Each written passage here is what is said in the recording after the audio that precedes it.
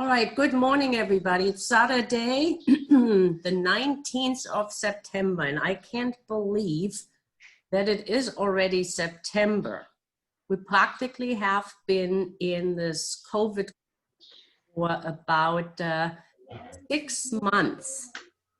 And it is interesting that we're still on Zoom. So this meeting used to be in person, where we went out to one fixer that was already fixed up and had usually an investor who did that fix and flip show us how it's done and to set kind of the standard for what we have to do in order to do a good fix and flip. And then we used to go to other properties, looked at them, and then analyzed them for maximum profit. Since COVID, and you guys know I'm not easy to give up. So I try to find a way how to still bring you guys properties and we can still learn something, because I think one time I got a very good review where the people said the 3 hours they learned more than in a 3-day weekend where they also paid about $1,000. So before you plunge down $30,000 for a course or books or coaches, I would say just listen to this meeting, and it might give you an idea if you want to move forward with a fix and flip or not. Good morning, all the people that couldn't find their computer this morning. And we're going to share my screen to get right into it. So we are the real estate investing field trip, and I'm going to start the slideshow in a minute here.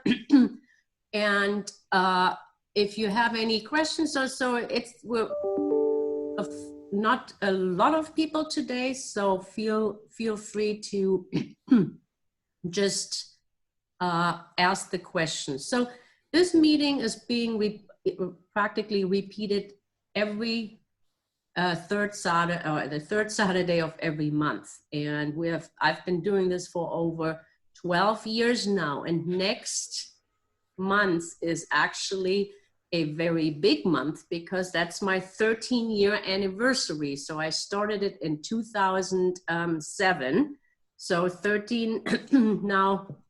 We used to have an Oktoberfest where we somehow met someplace and ate bratwurst and beer. So I have not decided what to do yet, but I'd like to have one, but I like to have one in person, maybe with a smaller group. So today it's all about 5 best deals. And as always, I just give you a little bit of an idea what you will learn. We're talking about ARV.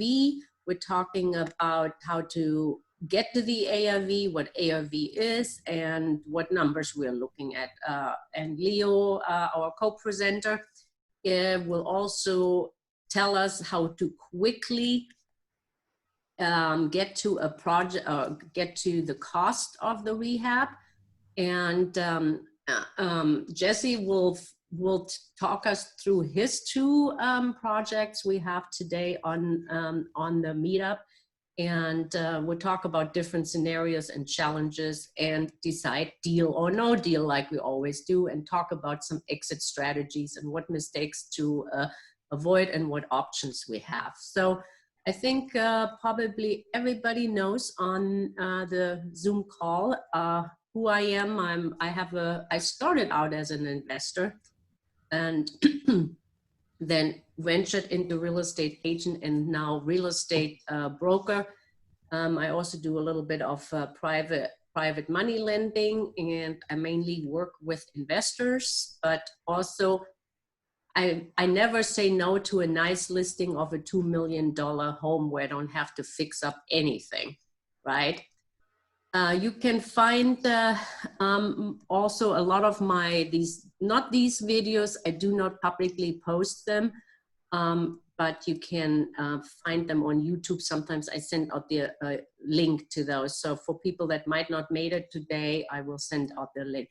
So these are free meetings, and you guys know if one hand washes the other, we say. So I think I bring some value and some money-saving tips to you. So if you could write a review on this website, on Meetup, or log on to Google. I have to work on my Google business review. I just catching up lately on all these digital footprints and resumes. So you probably will see me send out a link to say something nice about me.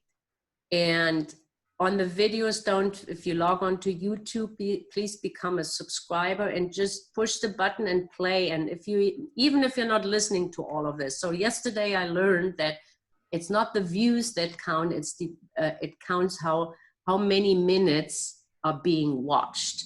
So yes, yesterday I actually bought a course, and I'm learning something new. So feedback is always appreciated. Watch the recordings and share.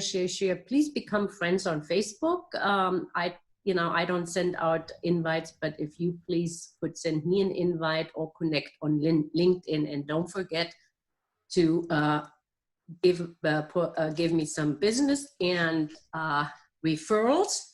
And we have our co-presenters, Leo Clark. Why don't you give a quick introduction, Leo? Good morning, everyone. I'm Leo Clark and been an investor for 11 years. Started in the REO space and have built my business into the development side of real estate, and that's where I'm at today. Okay, and Jesse, I know we'll get back to you later, but I know you're here, so introduce yourself. Hey everybody, I'm Jesse from AJX Homes, and just a rehabber here in San Diego since 2010. Done close to 400 flips, and done right around 70 this year. Thank you so much for both of being here. I know Saturdays is family time or chore time, or everybody likes to do a Zumba class or walk on the beach, which I highly recommend everybody.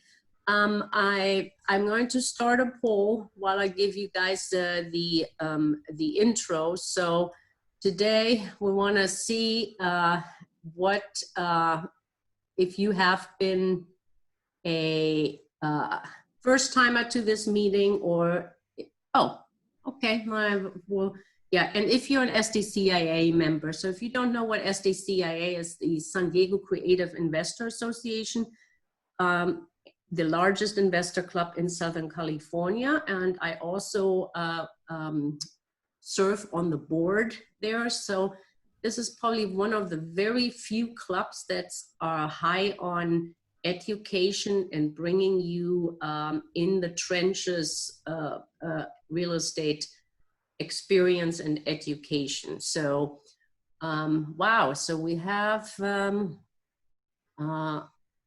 polling. Okay, so we do have no first timers. Then I could skip all that, and we do have SDCI members and 2 no. Okay.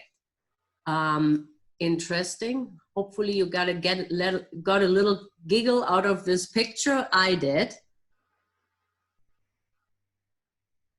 And so last Saturday we talked about what are the steps of a fix and flips, and just to recap, right? We had find, finance, fix, flip, and fortune. We came up with fortune, failure, filthy rich, fun, and something rich again. So just and we don't have probably newbies. So just to set the stage, the stage here. So when this whole crisis came down, we watched it week by week if the price would come down, because that was our natural instinct, right? Crisis, oh my God, real estate is going down. A lot of the investors, fix and flip, they called me and say, Lenska, what do you see? What do you see? And I said, don't worry, buy, because I can see that prices are going up. And as you guys can see here, this last going straight up, like it went straight up in 2004. But then look what happened in after 2004. It kind of leveled off, and this is probably could be the, I would say, not worst case scenario, but that what could happen right now, because still we're talking affordability, right? And in the beginning, we were talking about where we are and if people are getting paid to move out of San Francisco. I don't think people get paid to move someplace, because right now already corporate America is talking about that they really miss. And it was very interesting when I asked you guys in person or not in person, people said you don't get the brainstorming, the interaction. And that's exactly what corporate America is saying right now. We want people back in the office and the interaction and creativity, and it's just not, it doesn't work through Zoom, okay?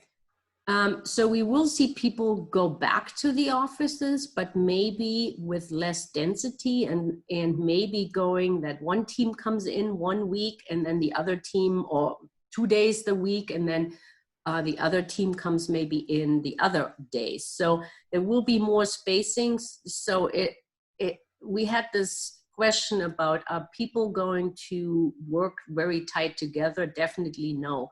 But we don't see a lot of office lease cancellations right now, because I think everybody is still in that holding pattern of deciding where it's going to go. Yes, some people will go suburban, and Lake Tahoe's medium home price has doubled, or increased, I should say, increased 50%, because suddenly everybody from San Francisco moved there. And there are some other cities, okay? But I would hold your horses, because what happens, we always go straight up in something and then we kind of go down a little bit in leveling off. And that's how we're going to see that with the whole real estate. So will we see hotels go bankrupt? Yes. Will we see hotels maybe being converted to something else? We don't know yet. So the reason why the prices are so high and will continue, and that's why we might not see, even if we're getting foreclosures and distressed properties, we might not see a decline in price, because we have no inventory. The whole economy, everything is based on supply and demand. And as long as we don't have supply like we had, yes, there were lots of distressed properties on the market, but remember, there were also a lot of homes being built in that last crisis, okay? So that's when the supply shot up. Right now, home permits are going down. I mean, the builders having the best time. Home sentiment is up again. They really like this market, because the whole, new home shares are 12%, the highest it has ever been, okay? So you also see how hot it is, but also how it's leveling off for the peaks when an average, and I can't wait for Jesse to tell us if that house on Elwood actually sold above list price. So we see a lot of overbids. We see a lot of multiple offer situations. So what are the 5 most profitable fix and flips? And I hope you all have thought about what they are. So if you guys can punch it into the chat, what you think are the 5 most profitable fix and flips. So we're talking about which properties. So obviously, it's always important, number 1, to find the right city and right neighborhood. And which numbers are we looking at when we talk about our example today is in Encanto in 92114. And this is just a neighborhood in San Diego County, just below the 94. I know it pretty well. It was my second fix and flip. I remember this one because I put the trash cans out, and across the street from me, the pastor told me I can't put out the trash cans before 4 p.m. And I thought, oh, that is great, because you always want to become friends with your neighbors if you're doing a fix and flip. I might have not started out on the right foot with them, but I thought, oh, not as bad of a neighborhood if everybody's watching out. So the numbers you should be looking for when you start investing. I know Jesse, he knows that zip code. He probably knows every house, and his team has probably talked to everyone in that zip code. So you're looking at medium home price, right? Is it going up or is it going down? So right now, if we're comparing it to San Diego County, it's doing all right. It's not as steep of an incline as San Diego County overall. So you can see not all real estate is created equal, but it's still a pretty strong 9.8% increase. And the median home price, just remember that number, is about 527. Why are all these numbers important? Is because when you run your ARV and you come up with an ARV of 750, then you have to decide, is that 750, is that a sellable product in a zip code where the median home price is 527? So the average price per square foot, and remember, that's always our Bible, the price per square foot. Appraisers going price per square foot, investors, landlords will all go price per square foot, or even Leo, who is telling us about the construction cost, is price per square foot. So you better understand that this is the one data point you really need to understand. And you need to understand that if you have a smaller square footage, the price per square foot goes up, right? So the more square footage you have, so that's why when the price goes down, or price per square foot goes down. So we have to kind of adjust. And that's when we run our ARV, we always limit our comps we're looking at to the square footage, 20% up or down, okay? So but we'll see that actually, look at that zip code is doing pretty good. So San Diego is selling at 443 a square foot, and that zip code is selling about, let's call it 400 for easy math later. And the active listings, remember what was that number? The active listings, the inventory we had, it was down in San Diego 50%. That zip code is down nearly 70%. So practically there is nothing for sale. And we know that Jesse bought every one of those 22 homes. Too bad I can't see you guys laugh. It really, Zoom sucks. Don't get me wrong. What is interesting, obviously here, you can see that this zip code right now is selling like hotcakes, and that you receive 101, what does it mean, 102%? Okay, I want somebody to answer.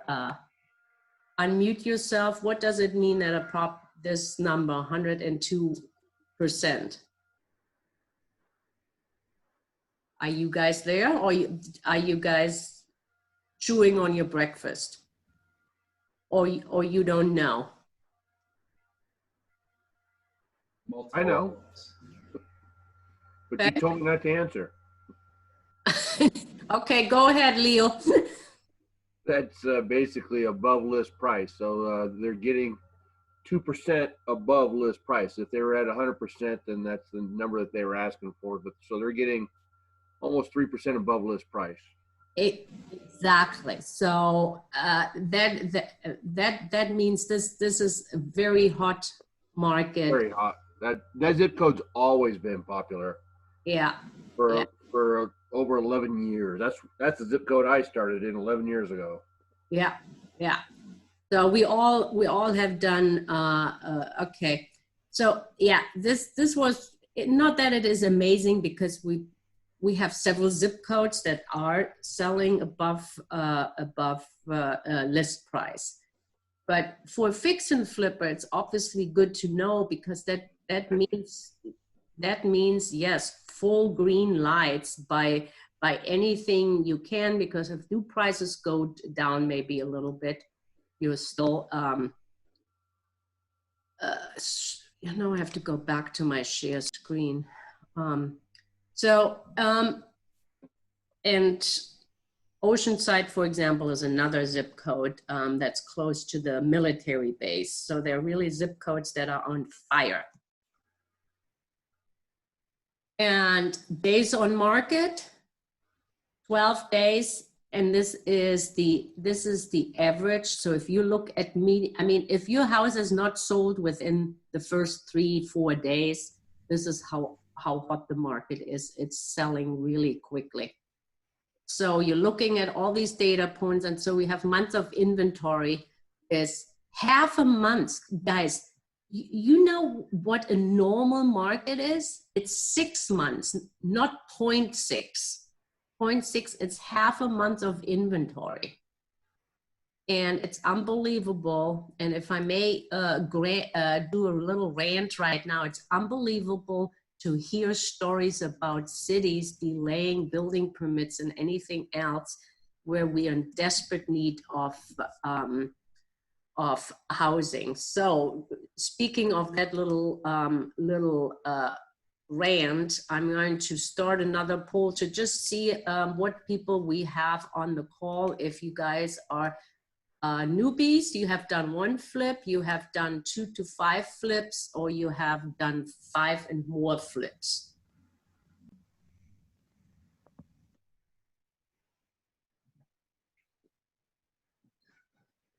So we got,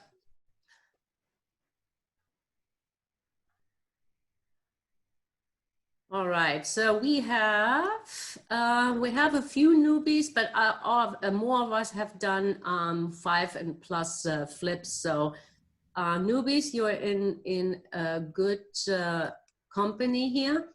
So that means I might speed it up a little bit today and have Jesse speak more, because I'm sure you guys want to hear from him.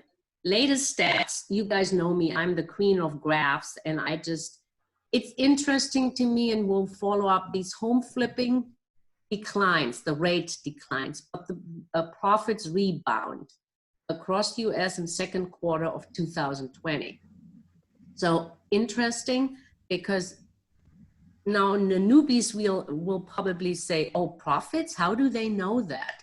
How much money you make? So when they talk about profits, it's very misleading. It should say gross profits, which is the price between what they bought it for and what they sold it for, because they don't know how much an investor spent on the rehab or on the hard money, or did they buy it. So I understand if you jump off the call now and move right to Salisbury, Fort Myers, Tallahassee, Corpus Christi, or Kennewick, okay, Washington, because this is where the activity is heating up. But hold on, maybe we'll go to Fort Collins, Johnson City, Cedar Rapids, Youngstown, and Chattanooga, because this is where the largest gains in profit margins were. So I know a lot of people leaving California, and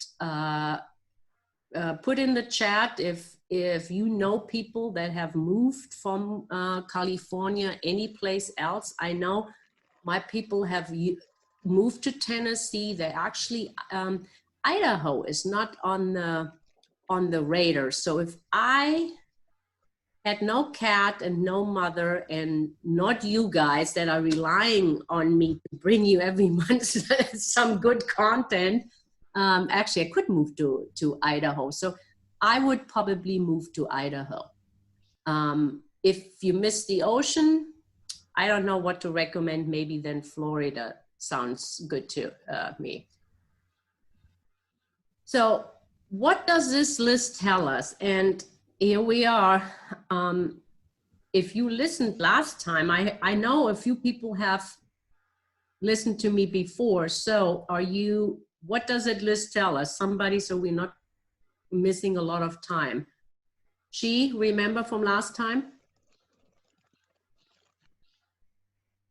Yeah, I think last time you had, the list that you had shown showed that we can still make profit on a flip. But what does that list in particular show you? I can't see the list. It's only showing your face right now. Okay. Yeah, but get away with my face. This list. I don't know, because it doesn't have, like, it doesn't tell you what each column means. Can't. Okay, so this is the, yeah, so and I'm going to move quickly. Obviously, address, bed and bath, and that's another thing you guys have to learn. Square footage, year, days to market, list price, what it was listed for, and what it sold for. Okay, gotcha. Yeah. Okay, so then we're looking at the difference in terms of list price and selling price. Okay, so we see the addresses. Why are the addresses in there twice? Okay, so we just said, we just said about the gross profits when we were buying the property and when we were reselling it.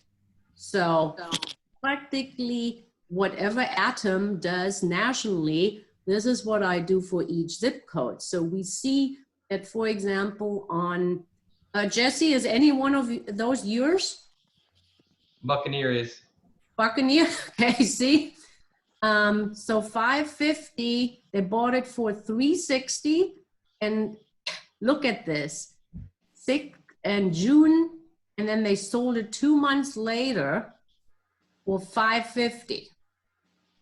So you see there's a little bit slightly square footage difference, not much, where you guys can see here's a little, it changes a little bit. 3.2, 3.1, obviously they added a bathroom right here, you can tell, right? So, and here, Jesse, did you guys add a bathroom or convert a garage? No, that was just extra square footage that was there. When we measured it, it was different. So we actually didn't know where they actually unpermitted. It was done very well. So yeah, we just added it in there because that's what actually came up on our measurements. Yeah, you see, and that's why price per square foot is super important. It can go the other way, that something is labeled or listed at 2,000, but it's only 1,600. And when the appraiser comes to do your appraisal after, then, there's a, obviously, if you're looking at the Los Soneto, they did a major addition.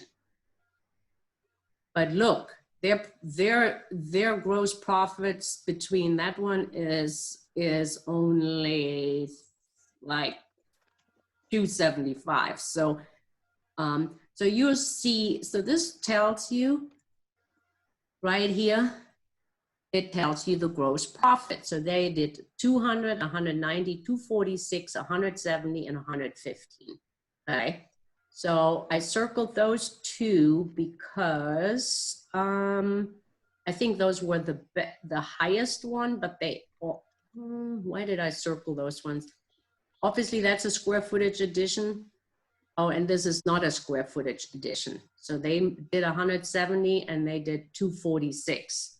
So with all this, it's actually, I came up with nearly the same number Atom did come up with a national number, that the gross profit is 156,000. So if you do this for all these properties, you come up with 156,000.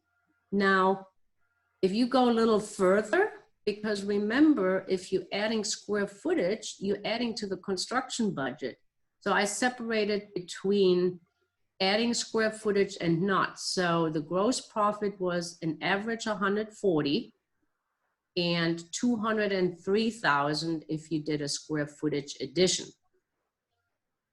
And that's to your newbies question. So what do we offer on a property? So unless you're not doing square footage addition, you should have at least $150,000 spread between what you're buying it for and what you're going to sell it for after it's fixed and flipped.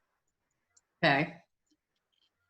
So here we are. This was, I thought that, and by the way, I have put a lot of more pictures in because one of my biggest fans, my mom, said, she practically told me my presentations are boring because I talk too many numbers. She really wants more pictures. So here are the pictures before and after on that Lost Tornado. So it, you know, we can tell where they added square footage. There maybe was some unpermitted square room in the back, but you see how it shows up on the listing that says fixers and then it says completely remodeled, okay? So that was kind of, and then there was another on the list that was San Felipe. Now, Jesse, give us your opinion about a pool. If you buy fixers with a pool, sometimes pools are deal breakers for investors. I do typically buy them, and they don't scare me. I mean, we usually we add right around 10 grand if it's going to be something just we're going to resurface, maybe change the pumps. You know, as long as they have, you know, 10 grand in the budget, we usually will pick them up. Have you ever closed a pool? To date, actually, we have never actually filled one in. Okay. Leo, why don't you give us your take on closing in a pool? Remember that one we saw on the field trip?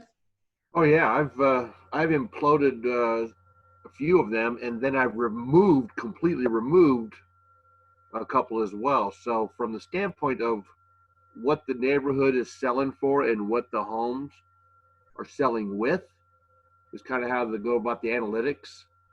Whether Jesse and his team go through and see if there's any homes on the market with a pool and whether or not they are sitting on the market longer or not is kind of a thing to watch, because some buyers, you know, they don't want that maintenance. But again, in that neighborhood, in 92114 is a very hot neighborhood in the summer, so pools are an advantage with these homes. Yeah. So I've seen it where it can be detrimental or it can be advantageous. So it's kind of a split. And if you guys look closely, I don't think they did anything to the pool. You see the tiles on the rim. So they removed the slide. Yeah, remove. Good observation. Yes. So, and they really, you see the curb appeal on this one, and to put a fence in like this is not that difficult. And you see the plus, they had already solar panels. Obviously, they kept the solar panel, but do you guys see actually it has a new roof? Yes. So there was some expense made, and I'm not sure what the gross profit we might get. Oh, and you guys know my saying, I do like fix and flips because I like long romantic walks to the bank. So rehab cost estimation made easy. So learn how to quickly come up with a budget to make offers with confidence. And we'll give it up to Leo, who is president of Crest Investments, and you just heard him talk about the pool. So Leo, take it away. Well, from the standpoint of what you should pay attention to is, because I couldn't remember, there's no newbies on this call today. So there seems to be several attendees that have gone through either a rehab or a buy and hold or some kind of acquisition of real estate as well as a sell. So from the standpoint of what I look at and how I have gone through many homes and been able to get down to a template budget, you gotta assign it a level. And everybody looks at it from a standpoint, because we all talk about what I would do to this home in order to create the value, in order to add the value, in order to get to my ARV. So we're always starting with the end in mind, and what is our ARV? And then once you've walked the property, you've got to be able to assign it a level. And most of the time when you're walking a property, if we were in the field today, we would be able to look at the home from, you know, outside to inside and all the way around through the neighborhood. you really got to understand where you're at. Like this zip code, the 92114 zip code, it's always been a rehabber's zip code, always. So all of the homes that in that zip code that you walk into, most of the time, and I saw a lot of the comps that Lenska was showing us, most of the time in that zip code, they're not a square footage addition. So from the standpoint of just walking into the home, analyzing the home from a standpoint of a rehab, you got to be able to buy it at the right price in order to have that 150,000 spread and put in the amount of money that you should be putting into the home in order to get to that ARV level that you're after. And we saw that the average is 527. So from that standpoint, you don't want to over rehab, but you definitely don't want to under rehab. So each level, when I'm walking through a home, I'm looking from, a set of eyes of what do I need to do, what do I have to do, and what should I do. So the first level on every rehab basically is a light rehab. When we look at them, we're always talking about, lipstick on a pig when we see somebody who didn't really focus on what they should have done. Light rehabs, they're very minimal amount of work. Into your second level, you're literally getting into more replacement of certain items. So you might have the medium light, which, could be including anything from interior doors right down to going around and changing out all the flooring and stuff like that. And into your third level, which is labeled the medium, this is the bulk of rehabs. This is the bulk of where most in this zip code rehabs are done. Because if you looked at the purchase price and the sale price, like Lenska was showing us, 150,000 all the way up to that 215, that 215 was a square footage addition. So you're not into any kind of square footage additions with these first three and into the next one as well, because for the most part, you're changing out everything from windows right into possibly AC replacements.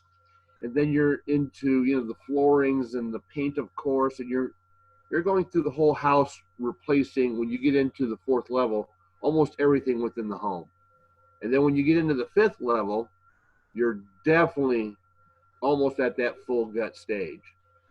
You've got the roof replacements, you've got AC replacements, you've got windows, you've got kitchen rehabs and full kitchen change outs, full bathroom change outs. And then when you get into the final level, when you're into the extreme, you are into square footage additions. You're doing everything to the home. Changing everything out, as well as bringing in, 100, 200, 500 square feet addition to that home. And in the 92114 zip code, most of the lots are pretty small and they're very tight. Like you saw with that pool was really pushed up against the back side of the hill. And you really don't have a whole lot of area to go out. So if you're going to do a square footage addition in 92114 zip code, more than likely it's going to be up or a garage conversion. So these are my 6 levels, and that's kind of how I go about analyzing it. I assign it a level, and then once I've assigned it a level, now I got to assign it along with my inspection sheet and my other home inspector list. I've now got to assign it a dollar amount of what I want to, for a budget. So when you look at a 2,000 square foot home, and most of those homes in 92114 aren't at that 2,000. Most, if you saw those comps that Lenska was pulling up, they're under 1,300 square feet.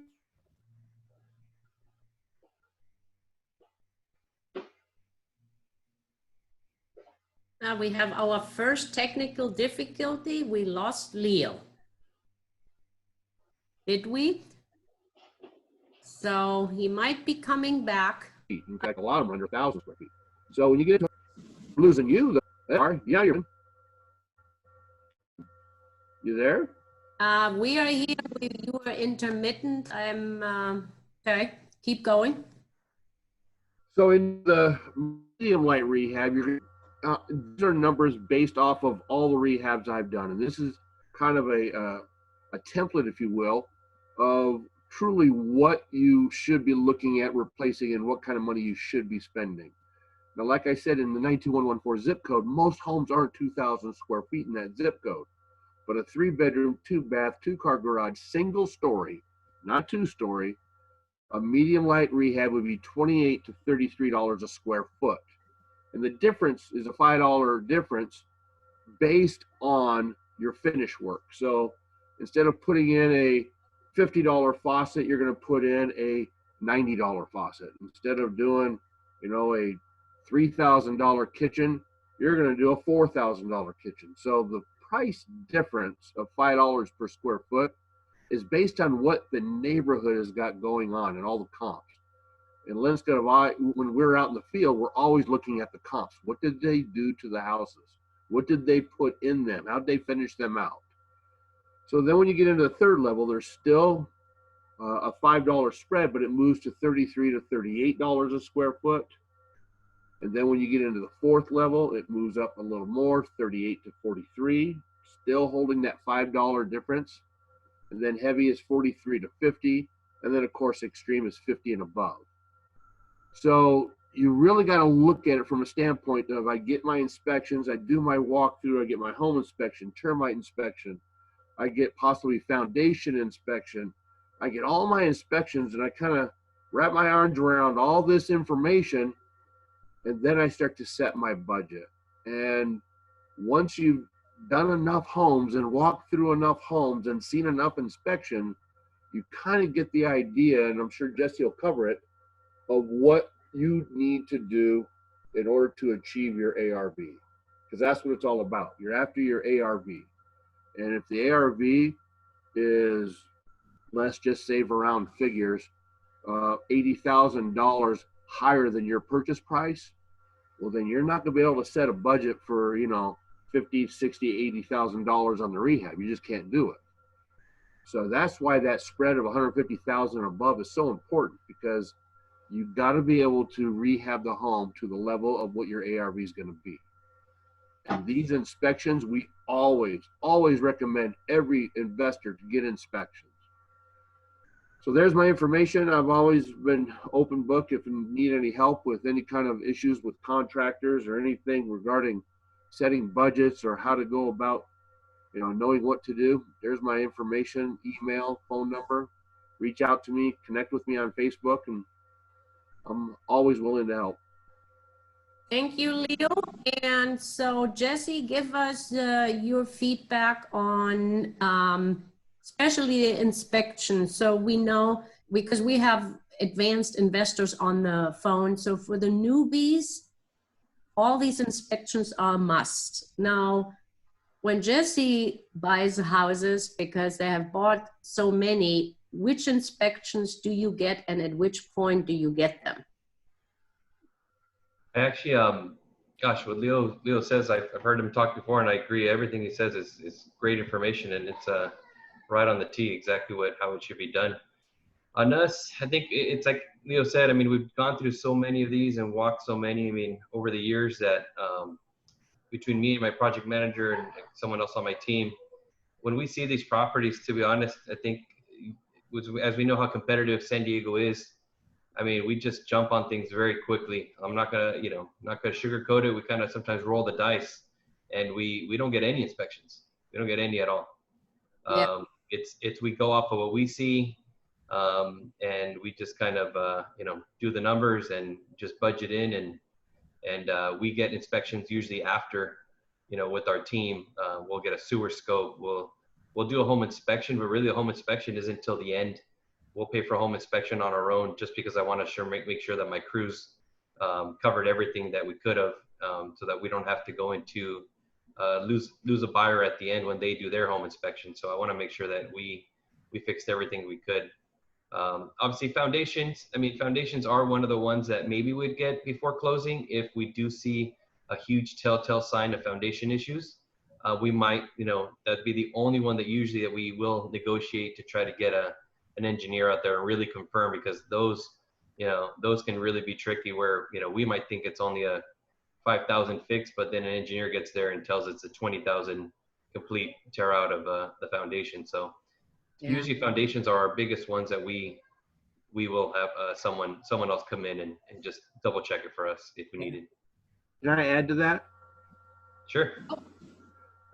Certain zip codes, for everybody that's listening, certain zip codes are known for foundation issues with homes and slab issues with homes. Spring Valley, 92114, which borders Spring Valley, is kind of on that verge or on that edge of having issues or having a possibility of having an issue, because we've been around the county so much. Same with Jesse and his team. You kind of understand and know where you see the majority of foundation or slab issues in a zip code. And you know how our homes were built back in the 40s and 50s and 60s is way different than today. So for the most part, the 92114 zip code is the 50s build period. And so a lot of homes aren't, I wouldn't say they weren't built to code, but they weren't built the way they are today.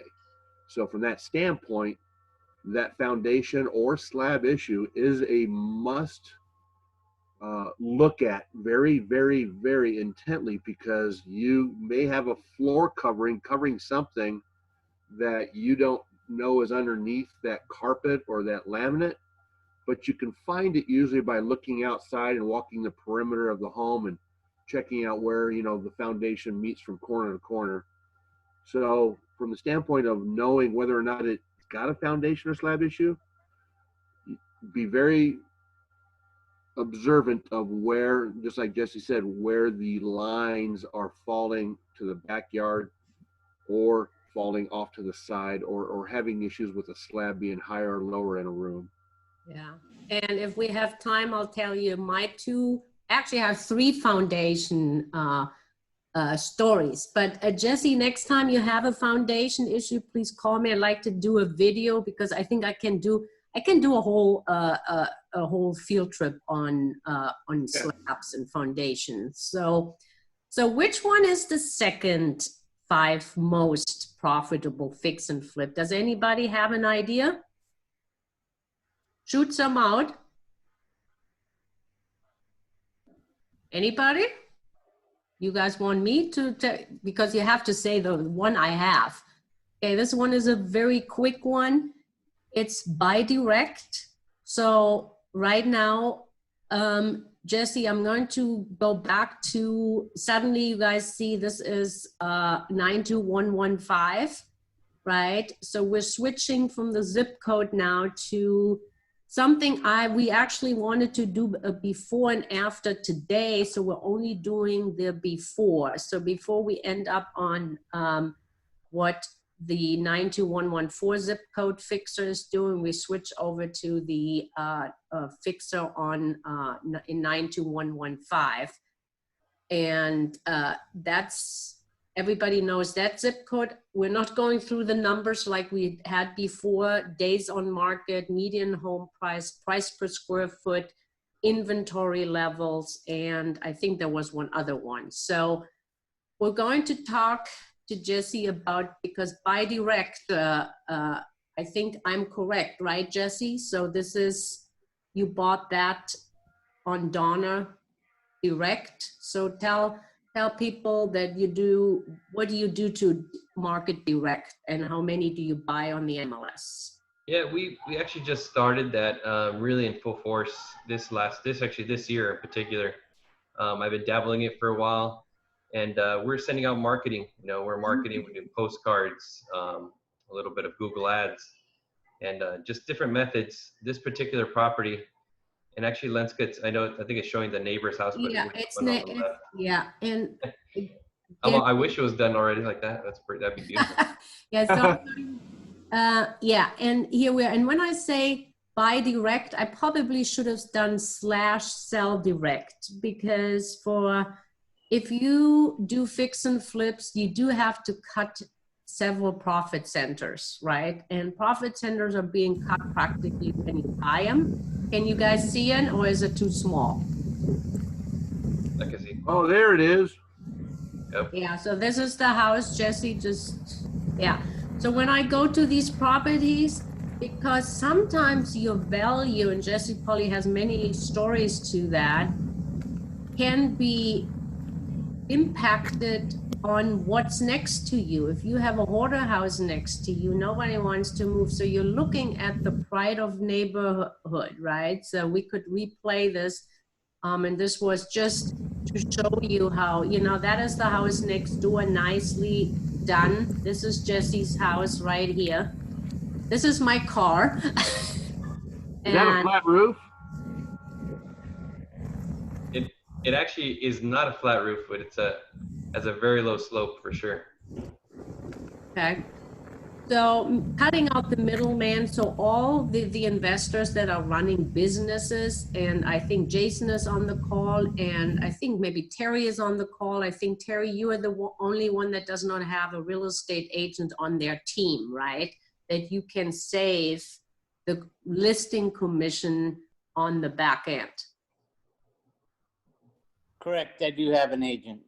Yeah, so you do have an agent. Sometimes it's, you have a good one you work with and you get, you know, special deals on relisting those properties. But what's going on right now is a lot of the marketing, I should say, and Jesse, are you using the marketing strategies and telling agents, yeah, you can double end it on the, when you buy and represent us, and you also can list it after it's done? You know, things changed. I mean, for us, we noticed that in 2016, actually, there were several agents that just kind of shied away from double lending. I have seen it kind of come back with some agents lately, but a lot of the times they would actually tell us to submit our own offers, which is kind of crazy. We'd go to them and then they say, no, just I'm not representing the buyer. So, Yeah, which is very smart. Yeah. So because since they don't take 2016, we kind of, you know, made Miguel on my team an agent, and we were just submitting our own offers. So a lot of times we're submitting our own. We do offer sometimes to agents to list. That's, you know, that's it doesn't hurt us. It just, all we ask is that they let us know, so we submit, you know, we can put it into our performa and just confirm our resale number at the end of the day. So we're a team player. So at the end of the day, we want to make sure that, you know, we take care of these agents. But if they find you the deal, I mean, it should be a win-win. Yeah, yeah. And sometimes, you know, when we talk about bank-owned properties, sometimes the listing agent cannot represent, you know, the buyer. And two, if, you know, they represent themselves. So practically, if you have an agent in your team, then on a purchase, you still get the real estate commission, which, you know, is being put back in the company expense sheet anyways, because, you know, whether you're a small investor and you're doing one at a time, and or you have you do quantity like Jesse does, and they do, you know, 20 a month, so their profit margins might be different than somebody that's obviously doing 1C or 2C a year. So is this a recent purchase? yes. So Jesse, tell me to play that video. I probably could, last time people were telling me it's better to, so go start talking, Jesse. Yeah, so we bought this, it was a Google ad. It was a seller who wanted to sell the property because she had some tenants in there that were hoarding. They were actually causing a lot of problems. So the neighbors called the code enforcement on them. Code enforcement went, and they had so much trash that, you know, she just wanted to get out of it. So she reached out to us. We made her an offer. We bought it in May 7th. We bought it for $360,000.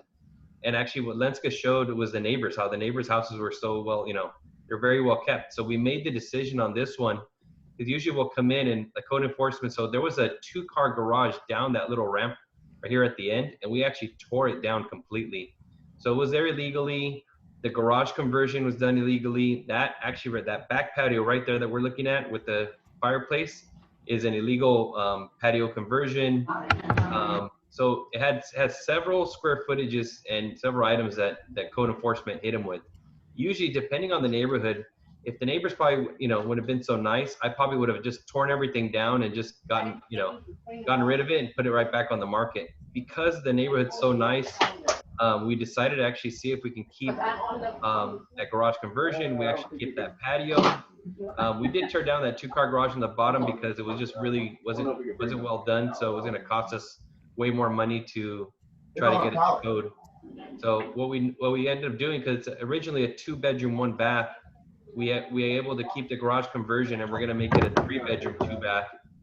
And that square footage, we dug down to see if it has a foundation on it, and because it did, we decided to go ahead and keep it. So that right there, we're looking at that little living room.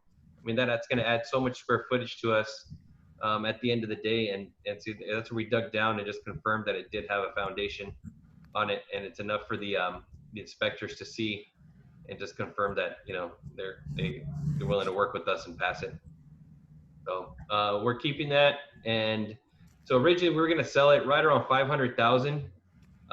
Now putting more money into it, we're probably going to sell it around 600,000 with the extra square footage. We are putting more obviously more rehab money into it, but our estimated profit on this one will be right around 91,000. That's what we have estimated right now, and that's selling it in February. And the reason we have in February, it's a worst case scenario, is because permits are not always our friend right now, and how long it takes to get these things done and the plans and everything approved. They've just been delaying, they've been dragging their feet, and it just seems as though every time we go in for something, they just give us another excuse why it's not ready. So we're finally actually right at the end. We're supposed to get permits in the next 2 weeks, according to the city. So. Yeah, and Jesse, this is what I have heard from other investors. You know, they do shy away now from, especially through the COVID crisis. A lot of people have been delayed, be it the COVID crisis, be it a lot of ADU applications are going in, and obviously San Diego is going gangbusters with, you know, actually building and new permits and stuff. So unfortunately you already told people what the ARV is. Hopefully people weren't listening that closely. So you said 600 even, or are you going higher than 6? Well, you know, we just threw that number in a while back ago, and that's the crazy thing about the market right now, that maybe by the time we're done with this, that ARV might be at 650. Yep. Yeah, we don't, you know, it's crazy. yeah, You bought it at what price? We bought it at 360. Wow. And that whole lot down at the bottom, I don't know if you can see, it's a huge lot, and you can actually build an ADU down at the bottom if they really wanted to. Yeah. So I'm just showing, so the exterior, what is about that retaining wall there? You know, no one, the city never mentioned it. I mean, it doesn't seem like it's leaning or anything, so we're just, you know, we're not really messing with it at all. Yeah. We're gonna clean it up, but we're not gonna be removing or touching it at all. You said you bought this when? When did you close on this? May 7th. You want to put it back on the market first of the year? Yeah, I mean, depending on these permits, how long they take, but I mean, hopefully sooner than that, ideally. It's got a beautiful view. Yeah. Yep. So let's go and check out the interior. What was their square footage? I have to take a quick peek. 7.6. Oh no, that was the other one. I think I have it on the next slide. Okay. Let me just stop that and go one further. Oh, here we are. It is a 2-bedroom, 1-bath, 768. Yeah, I understand. 1-car garage, built in 1956. You guys see the lot. Whoever is not muted, if you talk to your family, otherwise I mute everybody. Yeah, mute everybody. Yeah.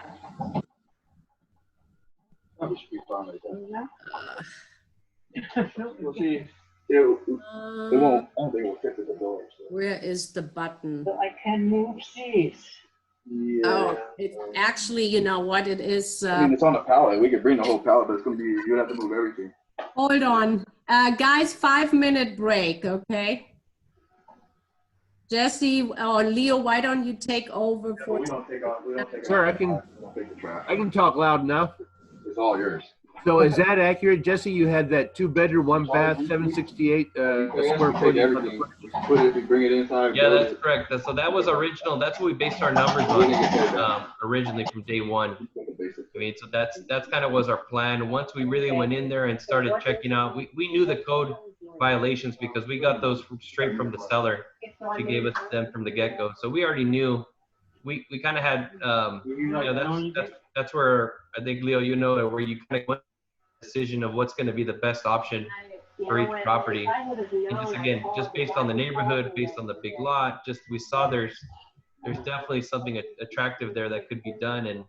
And obviously selling a 3-2 instead of a 2-1 is definitely a benefit, right? So, you know, a lot of times we like to get in and out of these things, but on this particular one, you know, it just made sense. You just got to do your numbers as is, and then you do your numbers if you are going to make a change, and you really look at it, make sure you add time in there for permits and see what your numbers are, and really see if it's worth the hassle of going through that. And for this one, we did feel it was. I mean, it's a big change. It went from making a 20 profit to potentially making over 90, you know, in a couple more months.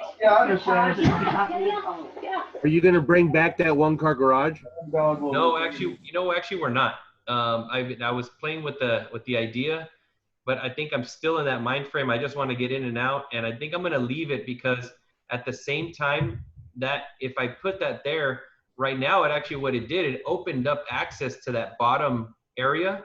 Okay. So you could actually, I think we decided just to leave it and not put anything there because now, you know, we could put in the listing where, you know, possible ADU addition in the back. So now they have access to it compared to where before when the garage was there, you really didn't have a way to go down there.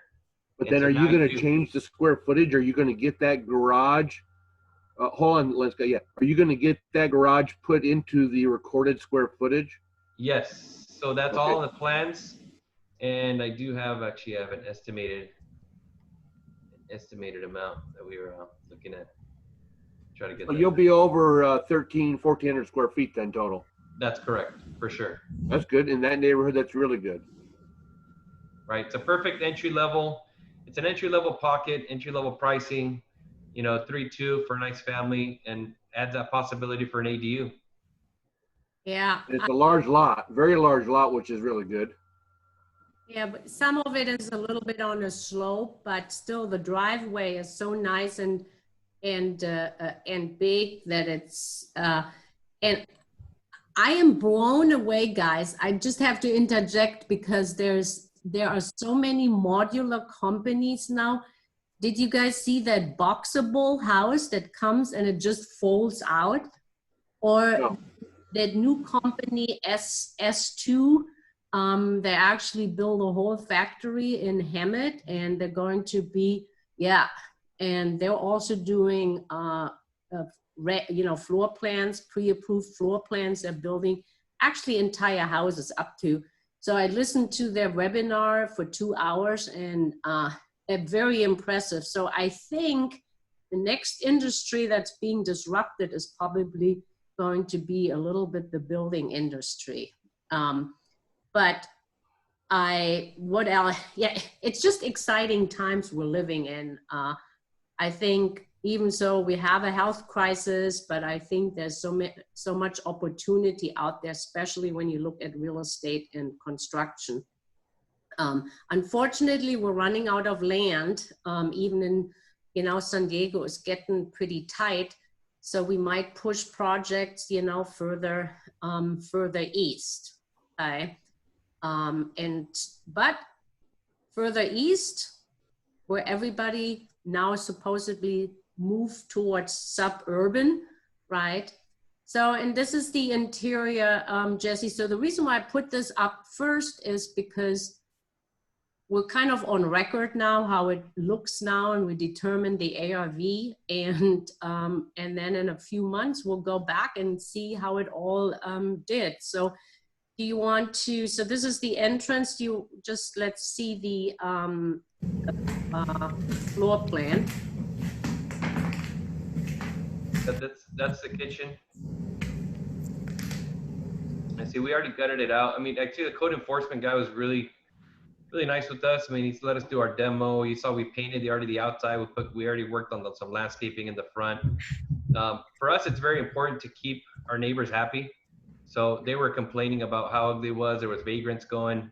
So we kind of, we painted and we fixed up the front yard just to kind of keep all the neighbors happy while we're working on this. And they're actually, they've come over and thanked us for it so far. Yeah, So you can because see we're redoing completely the bathroom, just it's a complete gut. That's the original bathroom and the original 2 bedrooms right there.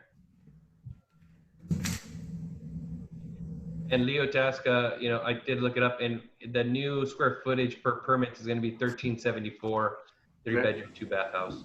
That's good. Jesse, Bruce, I have 2 questions for you. Are you adding a second bath, and what will you do with the driveway? Yes, so we are adding the second bath. It's going to be it's going to be a full bath, but it's over there where the garage conversion is. Because the garage conversion is going to be the 3rd bedroom. So we're going to technically call that the master bedroom with its own full bath. And I think Lenska is going to be walking over there on the video to show you. As for the driveway, to be honest, we're just going to keep it the same. We haven't decided we're going to put maybe a gate, but we've noticed it's such a hot market at the same time that for us, when it's a hot market like this, there's things sometimes you don't have to add too much. I mean, you can kind of leave it up to the sellers, the buyers, ideas for the future. It's going to sell, I think, right now in the market that we're in, no matter what. So we try to avoid, putting extra things if we don't need to, depending on how the market is. And that's where, like, listening to Lenska every month, telling us, giving updates of where the market is very important, because we actually listen to it ourselves and just kind of really pay attention to those numbers, statistics, and kind of see where the market's going. And obviously, you putting it on the market, you're going to know right away. Since we have several properties in the market, we get a feel of how the market is. And a lot of our properties are in the same areas. We're buying in the same zip codes. We try to, at least. And since we have something maybe already going there, or just sold something, we kind of have a feel of how it sold and how the market was, in that area. so we're getting into the garage now because somebody had the question about the second bath. Let me going. Yeah, so we'll be moving that water heater outside. That's actually going to be a laundry room. So, keep the laundry inside. And this is going to be our bath, and we're going to redo the whole thing. That was already existing, the way they had built it there, but we're going to go ahead and change it up and just redo the whole thing once our permits come through.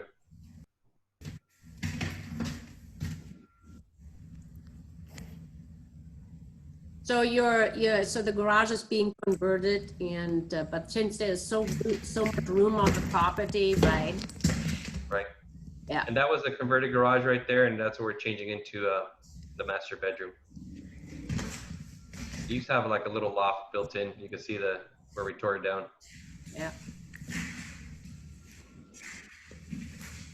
Okay. But even has vaulted ceilings. Look at that. I mean, and this is when you walk a property, you kind of got to see the finished product when you. Well, I got a question before you go any further here. Can you pause?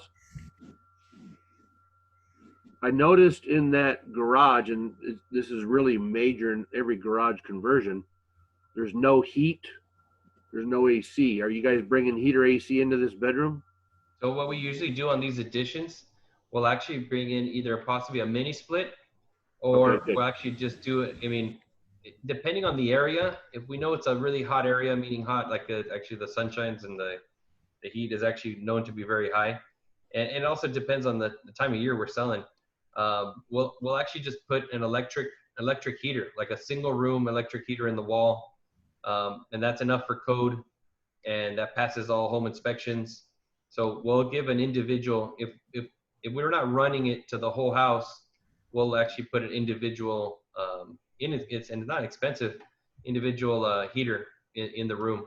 And just depending on if it's super, super hot, then we might put a mini split, Yeah, you'll have to do a mini split because this had a wall heater, which means the duct is through the floors. So you've got no way to bring the ducts of any kind into this garage, really. So yeah, mini split would be the most affordable way to go. And for everybody that's listening and kind of learning here, you cannot sell a home if it's got a bedroom without heat by law, really, and call it a bedroom. Correct. So you have the window that's got the egress ingress, and so then the heat is the next thing to overcome. So a small mini split right below that window right there would be a perfect spot for it. And these mini splits, you know, they're not that expensive, but they are going to add that value. So now you just basically created, you know, the third bedroom without having to put a whole lot of money into it. Yeah. Okay. So as you guys can see, there a lot of stuff to consider. So we'll be back with this one. So just so you guys see, this is the lot. So you see how this lot goes all the way. I wish you could have, it had a little bit more, or if it would have bordered to the 69th Street, that would have been great. You could have really maybe even done a lot split. So this is the property, and you guys can see here all that. That's an old picture. You see when he was talking about porterhouse. So the reason why I want to feature this one was practically to tell you what are the other 5 most profitable deals, and Jesse already said that. So which level of rehab, oh, did I do, what did I do now? Oh, which level of rehab is that house? Which, as you guys know, remember he said square footage addition. So is it light, level 2, 1, 2, 3, 4, 5, or 6? And while we answer this, Jesse, do you have like a, when you put your budgets together, I assume you have spreadsheets, right? And you plug in those numbers? Yes, that's correct. I mean, we have pretty much a pro forma that we've built, and we have it where we literally put in our rehab number, our purchase price, and well, our ARV, and really with that, it kind of calculates everything else, and it kind of gives us a rough estimate of our profit, and that's what we base our offer amount on. Okay, okay. And so who is coming up with the rehab budget? Is it you? Is it a project manager you have, or? It's between me, Miguel was on my team, and my project manager. Between the 3 of us, I mean, either one of us really can come up with it. Whoever goes to see it is really the one who kind of gives the final say on what our estimated rehab is. Sometimes our project manager gets mad at us because we're like, oh man, we shorted her. And then sometimes she's happy because we went, got her some extra money to do it. And we make her look good because she ends up coming in under budget. But it's never perfect in my opinion. I mean, it's never, of all the flips we've done, I mean, sometimes we're right on it, sometimes we're off, but over the years, we've got it to the point where we're pretty close. We're pretty close. Unless there's an unknown that popped up, we were usually pretty close on what we estimated. Yeah. So what would you say, Jesse? It's going by Leo's kind of numbers. Is it so we have some votes for medium heavy, and we got some for extreme. Yeah, I went medium heavy. I think just because I've done some even really crazy ones to call extreme. So for me, that's medium heavy because it's still cosmetic to a certain degree. I mean, everything's down to the studs on a lot of areas. So that is a heavier rehab, but we're not doing really any foundation work. So it's, for me, I kind of considered it medium heavy. Yeah, perfect. All right, so so far we had rehab in the right city neighborhood going by numbers, then by direct. So this one right here, so the third one, what we call problem homes. So he mentioned about border, he mentioned about code violation. So that's why I wanted to feature the property, because it had it all, right? So it didn't have the structural issues, and that's what we mentioned before. We said about foundations, right? And then which we didn't mention is fire damage. Jesse, have you ever done a fire damaged house? We've done a couple.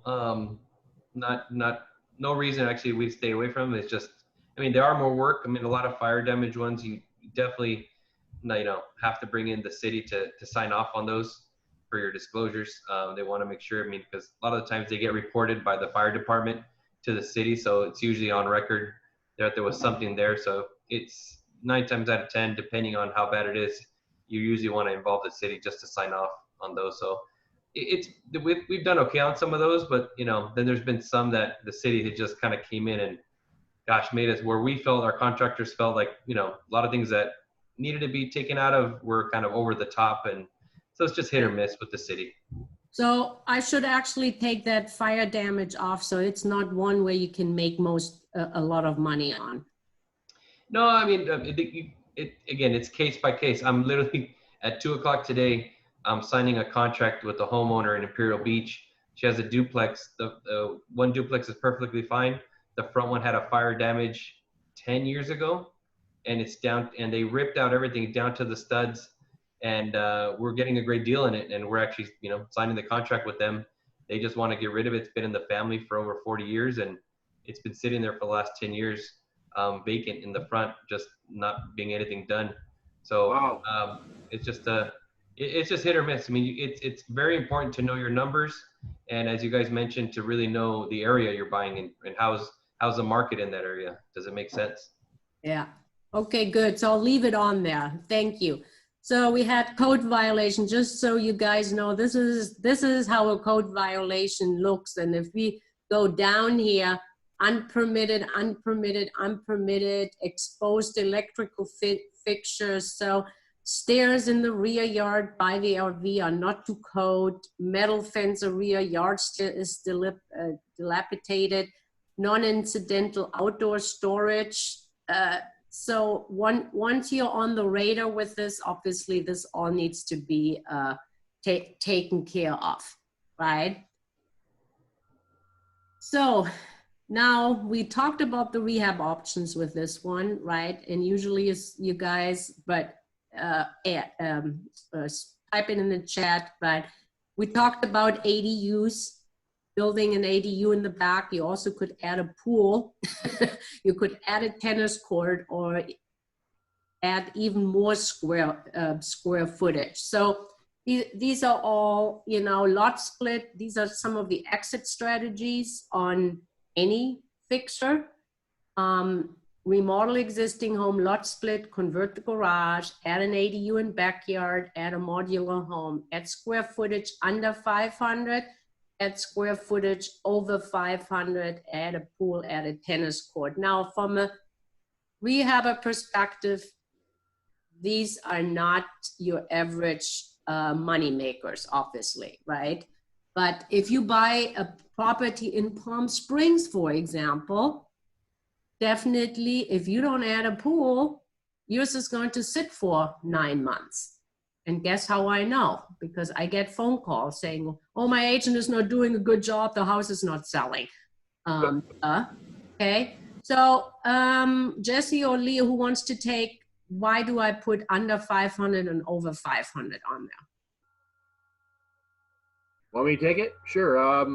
Under 500, it's quicker process. We used to call it over the counter, but with COVID going on, it's not over the counter anymore. So you can get a 499 square foot addition approved quickly when there's no COVID. When you're over 500, it goes through a process. So once you are on that verge, whether it's 499 or 5 or 501, you are a different process. Okay, so there you guys got it. You see, and this is a free meeting. Hopefully you guys see, and your experienced rehabbers, can you let me know if you already learned something so far, or was it all repeat and you're still waiting for the big nugget to come? Hey, Jesse, I have a question. Yeah. Sure. For the listeners that are kind of trying to figure out certain aspects about going out and rehabbing, do you mind covering how you financed this one that we just saw? Yeah, we use hard money. I mean, over the years, we've built relationships with different hard money companies.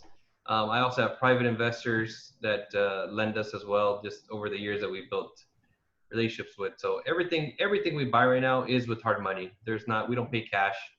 Okay. You know, And are you we getting do good bring in- rates and terms with these guys?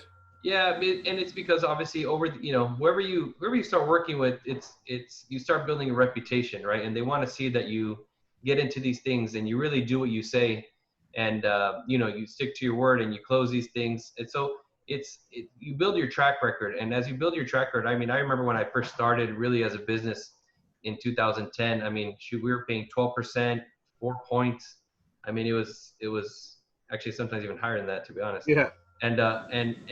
And now, I mean, we're getting just some very, very, very good rates, minimal points. I mean, they fund our things in 5 days. It's a process. So for those starting out, I mean, it's important to know that you might be paying higher in the beginning. You just kind of build your reputation to get to that point. But know that as you keep going, you can keep negotiating with them.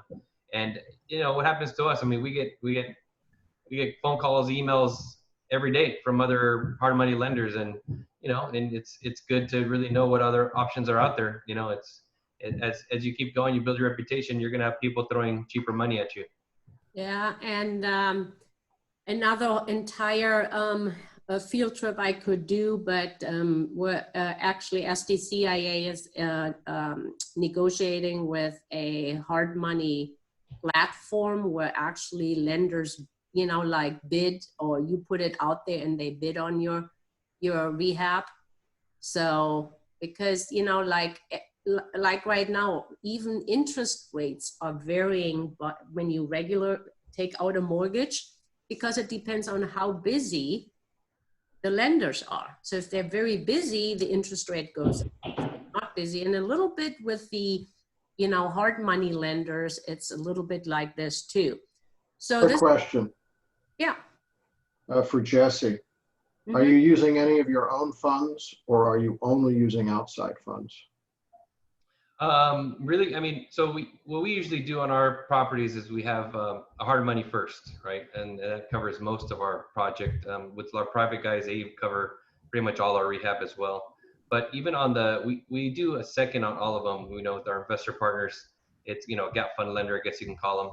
So we have very actually minimal of our own money in these deals because we're just buying so many of them that I bring in private investors to cover us on the back end.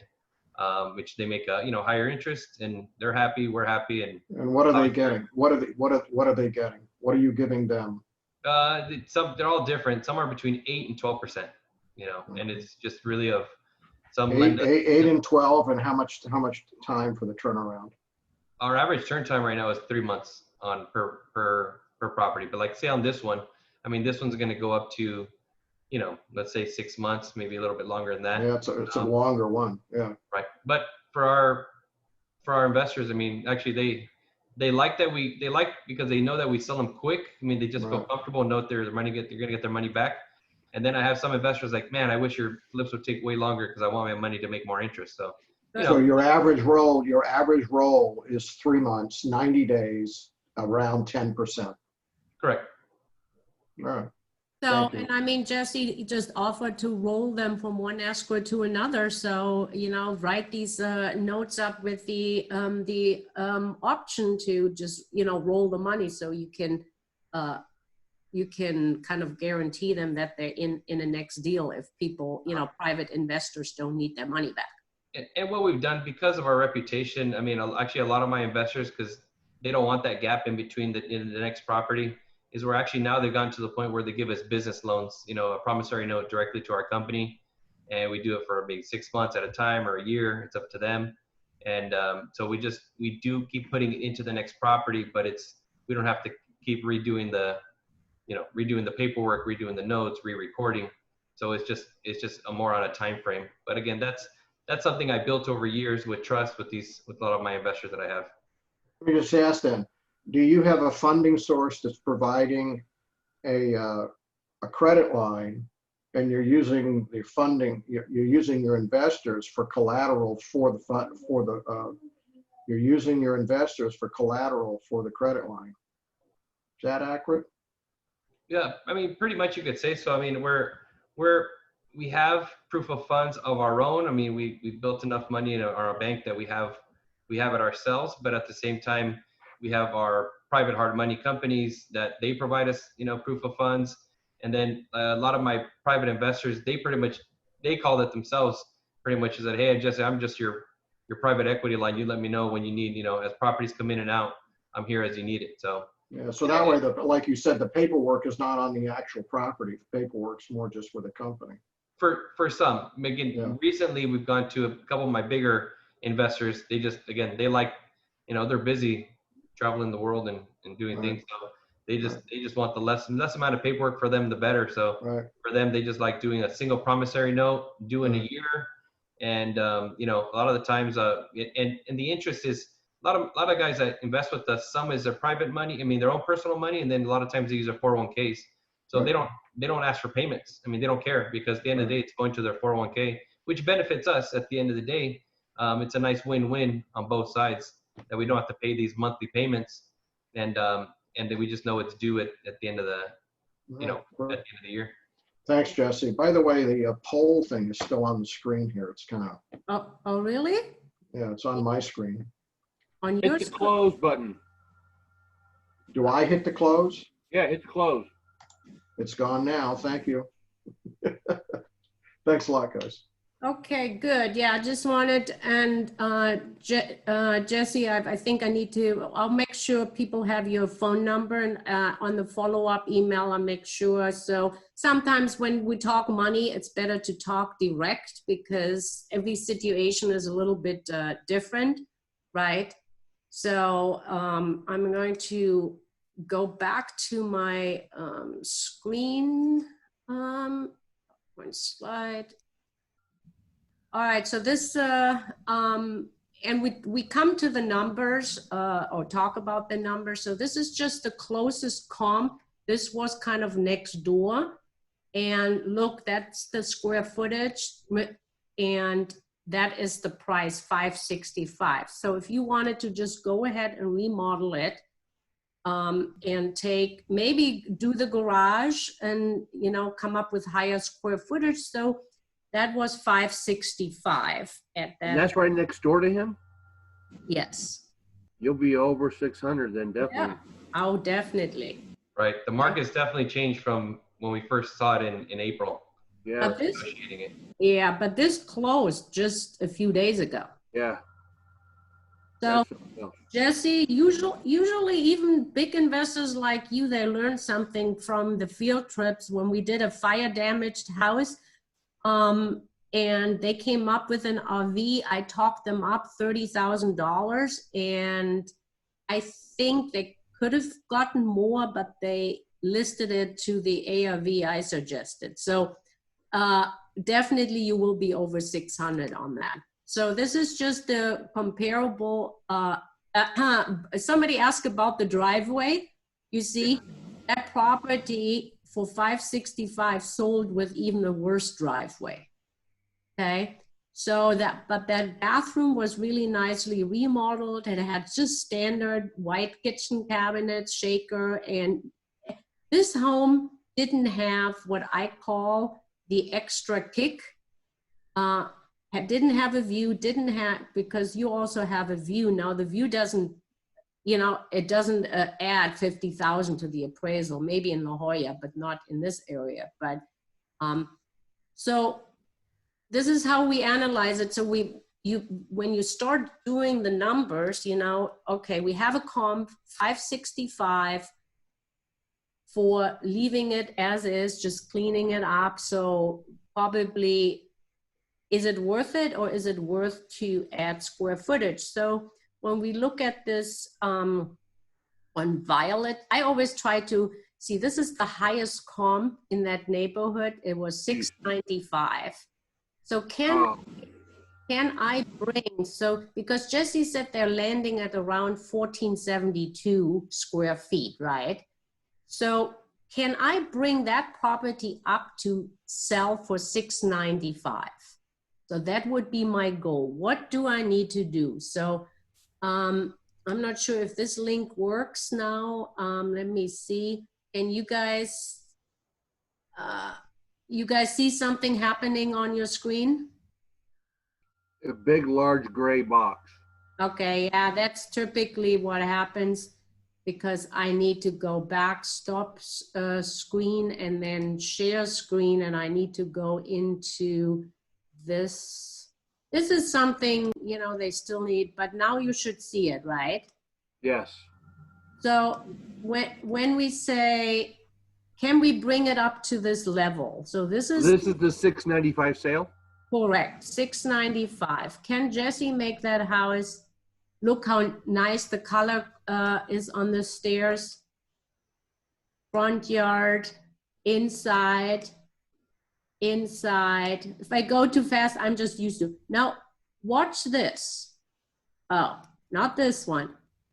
Now, look at that kitchen. These are not new kitchen cabinets. Look at the, I'm not sure if it's vinyl even or tile.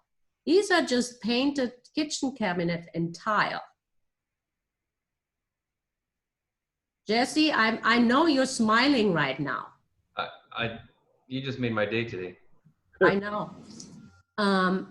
And also I just got a fantastic appraisal story, not to blow my own horn, but you just got to know how to talk to the appraisers. So there wasn't, now remember I said this house didn't have anything special on the other house. No, this house has something special. This has a fireplace and a nice family room, and look at all those doors.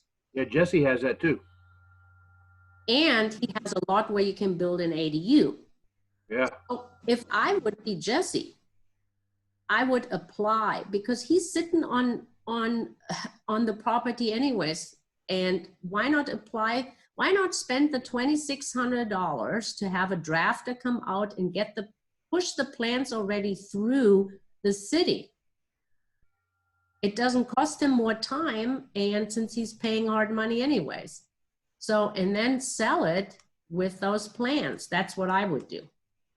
Okay, so this house is pretty nice. It's staged, is, you know, look at the, and let me tell you, these things right now, patios is obviously a big thing. So there's another option, obviously, to put a little bit more effort into the backyard and into that patio he has to what I call pimp it out. And so this has just a very nice, entertaining backyard. Now it does have, I think it's— That's a big backyard. Okay.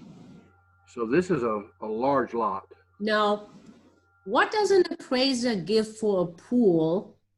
$5K. What does he give for a larger lot? $5K. So get that bulldozer out, level it out to the ADU, and get that going. He might be able to sell it for more than $695. Just saying, I don't want to ruin his day now. So let's see how I get out of this. So stop share this one. So I hope that kind of tells you a little bit how I do my job as well. So I'm going to go back to the screen share of the square footage. So this is how I work. So, and then obviously there are other ones, so you can kind of spend another hour on it. But I thought since we have more experienced investors. So now we get into the numbers. This is how we do deal or no deal. We say purchase price minus closing cost, financing cost, purchase price plus closing cost, financing cost, rehab cost, holding cost, selling cost, all in. And then all in, we deduct from the ARV, and that's how we calculate our profit. So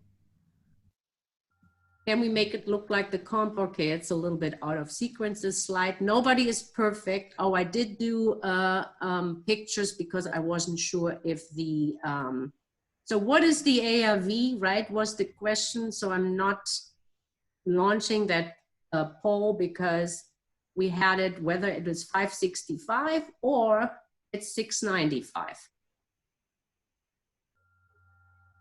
Well, they had a $50,000 spread on the list, so Jesse could do a $50,000 spread on the list price, whichever way he goes. Yeah. So we had, I think I'm a little bit out of sequence, like I said, city, neighborhood, buy direct, problem home. So what's the number 4? And here we are. Jesse calls it wholesaling. So now we're actually on to the next project of his. And now we're back into Emerald Hills, into the 92114 fix and flip. And this used to be a very rough neighborhood, Jesse. And to be honest, that's good. My reasoning in the beginning, we kind of wanted to get in and out of there because it is kind of rough. You know, that was actually when we bought it. You were going to do the full flip, and then it's kind of a little rougher neighborhood. And but at the same time, we're just looking at comps, and we saw that actually, you know, why not put a little? I mean, it wasn't to make that decision of a hotel. You know, we go in there, and do you have to gut it? You know, if you have to gut it, you have no choice. But if there's something there that could be saved, maybe not that bad condition, and we felt that this one was right on the border. And what we wanted is, because it's in a little rougher neighborhood, why not put a little less into it, still clean, and be able to sell it at a discount, and we're making exactly the same amount of money if we would have fully rehabbed it. And we're opening up ourselves to a better buyer pool, obviously, that can afford it, because now we're selling it a little bit lower. You're gonna have more buyers. But actually, as you're probably gonna tell the story, everything changed because of the market on us on this one. And it just went way beyond what we even dreamed of. Yeah, so this house is on Elmwood. It showed pending as when I ever did this slideshow. Has it closed yet? It closed yesterday. I got at 5 o'clock confirmation that we recorded, and we're recorded. Okay, so that was What price? 520. 520. 520. And did you do any closing cost credits or anything? We did do 8,000 in closing cost credit. Okay, all right. Now then I need to change all my numbers I've worked on. Okay, so you guys see the property, and maybe you guys can see it. This is this little house here. Look at that next door neighborhood too. It has a big lot right here. So what is the zoning, Jesse? The zoning, I believe, is R2, and so it's Oh, wow. this neighbor right in front of it, like kind of by Geneva and Elwood, they actually split the lot at one point. You can see that lot split there. Yep. But you can't do this because you know of the easement to the back. Right. Stability. Yeah. Exactly. So and that is always access, and especially also when you're talking adding an ADU, right? So people still have to get through there. So that is kind of a little bit the before and after. So that's the exterior. Now, you guys didn't put a new kitchen in. No. No, you see. So when you walk through that, it's same fridge. We actually just kept it. Yeah, same fridge, but you spent some major money on the bathroom. We did. And again, it has a nice backyard, lots of storage sheds, but you just whether you Photoshop the grass, oh no, this is after, you didn't even put the sprinklers on.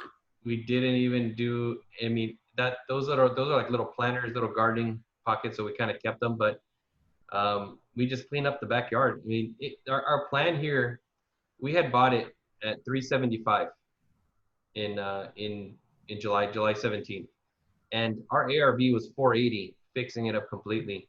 And so we were going to go in there and now do a hotel, put less rehab into it, and really sell it around 450, 460, just to get in and out of it, and and still make the same profit. So that was our original plan, to really sell it around 450, 460, and not doing too much work to it. Okay, and you see some bright You must have used a lot of primer. Yeah. Okay, so don't say it, Jesse. So you guys seen the property condition, right? So what was the rehab budget? And I'm going to, so was it under 20,000, 21 to 30,000, 31 to 40,000, and above 40,000? And put in what you think Jesse's number is, not what your number would be, because you have never rehabbed and you need to use your best friend is a La Jolla contractor, so you're overpaying for your construction costs. So you think, what was Jesse's number? Remember, he rehabs 20 homes a year, a month. He has his own crew. Do you guys do like bathrooms like this, Jesse? Like the one in your picture? Yeah.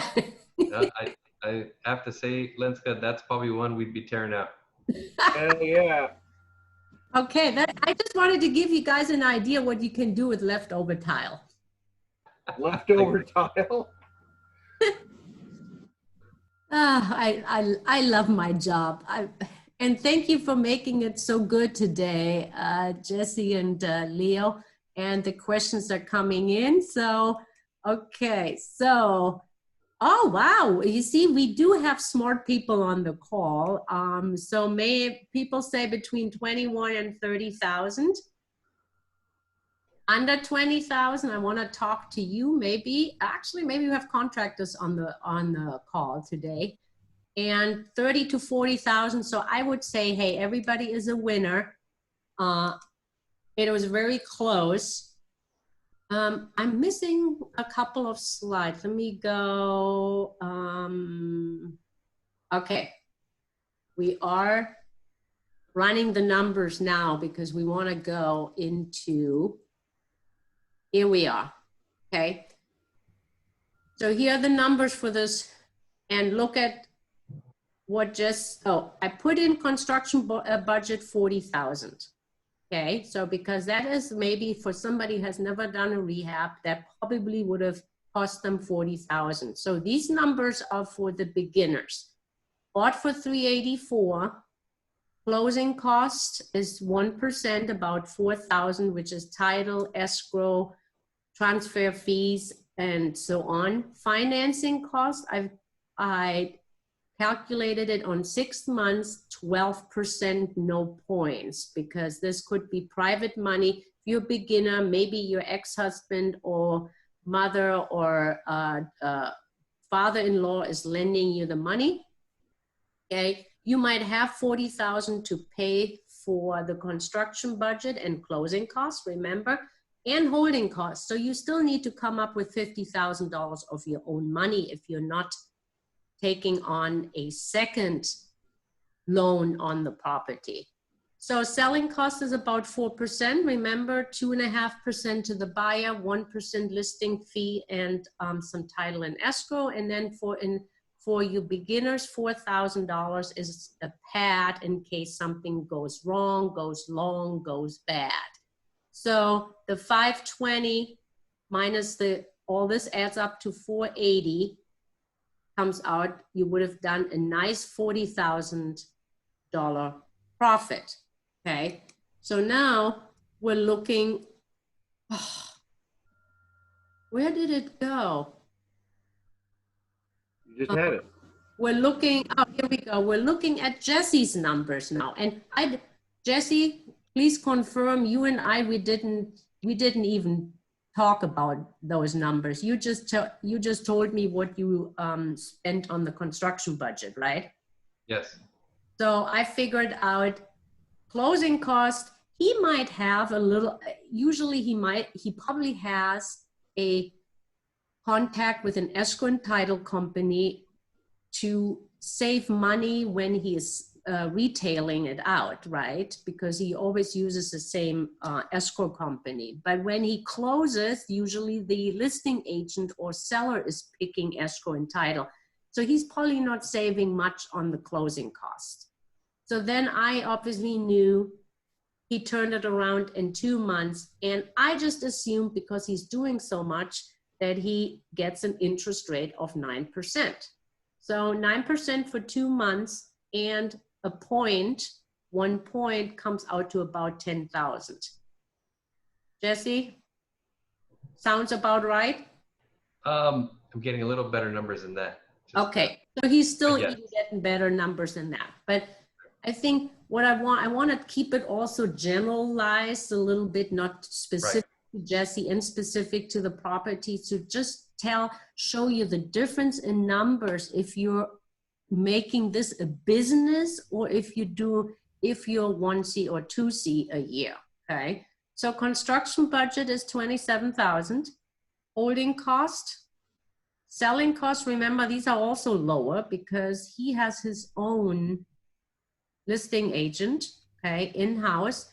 And he probably pays not even nothing because for him, he makes more on other properties, less on it all goes into a big pot, so to speak. But I just put a pad in for $1,000 because there was not much that could have gone wrong. I assume they did a sewer scope and everything was good because this is the biggest issue right now with sewer lines going bad. So Jesse was in, or I would say an experienced investor would be in for $445 and made a nice $75,000. Can we all give him a big hand? So, and I'm not sure, oh yeah, here it is. You know, it skipped one. So you see the difference in the numbers? So that's how you do it, okay? And now my last investor sentiment is the optimist says the glass is half full, the pessimist says the glass is half empty, and 2020, that's P, isn't it? So that is what people think, but looking at the rehab and the rehab fix and flip business, as we've seen, to find your fix and flip is hard work. Fixing it is also hard work. You do need to be experienced. And Jesse, let me ask you, are you seeing more problem homes, or do you see your construction budget went up in 2019 compared to 2018 because regular buyers, my point is regular buyers are now taking on, due to the lack of inventory, houses that do need work? I mean, we've seen our construction costs go up slightly in 2019 for sure. 2020, you know, even just the costs at Home Depot and Lowe's, I mean, material costs went up, cabinets, I mean, everything's been trickling up for us over the last 2 years. For sure, we've noticed it in all aspects.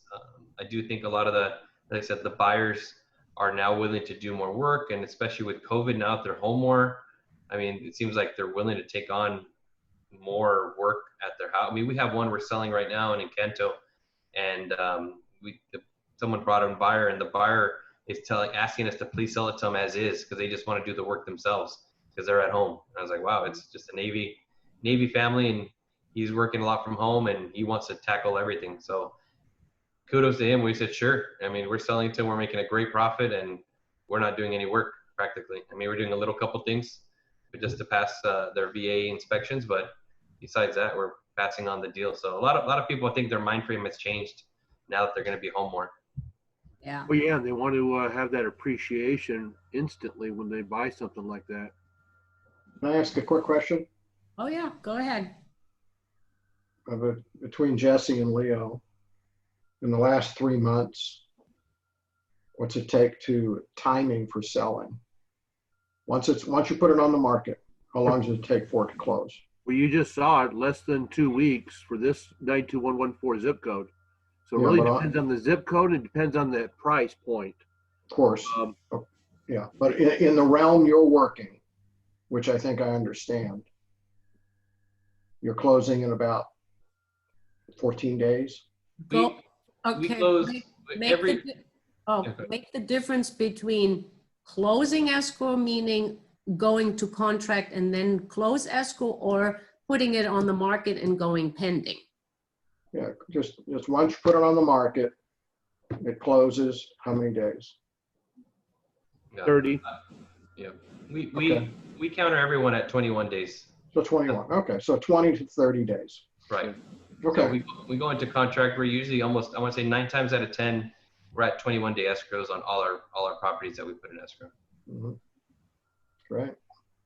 So even with the virus, we're doing okay because of the low inventory, really. Well, yeah, if you saw all the graphs, we're doing more than okay. Oh, I know. I I know. mean- I just wanted to have that verbally from both of you. That's all. We've got a lot of neighborhoods that are above list price as far as closing numbers go. Mhm. So you are in this COVID situation, we've got a extremely hot market. Yeah, that's what I'm hearing. I just wanted to get it verbally from you guys. And here you have it. When we started, or 3 months ago, even last month, people were saying prices are going to go down. So hopefully you saw the question: where will home prices go next year? Increase, decrease, flat? So you guys see so 40% say increase, decrease, 20%, and 40% flat. So if you take both 40 and 40 together between flat and increase, so we're very bullish on real estate. And will we see distressed inventory? Yes. Depends on election, and I don't know. So thank you for the honest answer. A lot of people actually say, I don't know, because the big elephant is in the room about the stimulus package and how it turns out for eviction moratoriums and small landlords is, believe, the big question. Well, we talked about a couple months ago when we had the mortgage guy. We talked about programs that are going to start coming out, and I just saw a commercial, first time commercial I've seen this, about staying in your home. So and I've always believed it for several months now, we're going to have more programs coming out for people to stay in their home, even though they're behind on mortgage payments. Yeah, and if you guys want to know more about landlording, long live the landlord or not, so that will be our Monday night Zoom call explaining some of the moratoriums, what it means for forbearances, 1 to 4 units or owning 5 units, and how the Fed is not thinking this through. I shouldn't say the Fed, that was obviously Congress that did this, or the Governor Newsom. And we'll talk about that, and then we'll talk about, which distressed properties we're going to see. So this is our system meeting where we talk more economics and more numbers. So sign up for that. Then you can, obviously, thank you for attending. We have the meetup, State of the Real Estate Market. You can always go to the YouTube channel and get educated, or remember SDCIA. You can join them. It's only like $70 or $80 membership for a whole year, and we're totally now on Zoom as well. And now I'm closing the official recording out, and we can just do open lines. And thank you for sharing your time and spending your time with us this morning.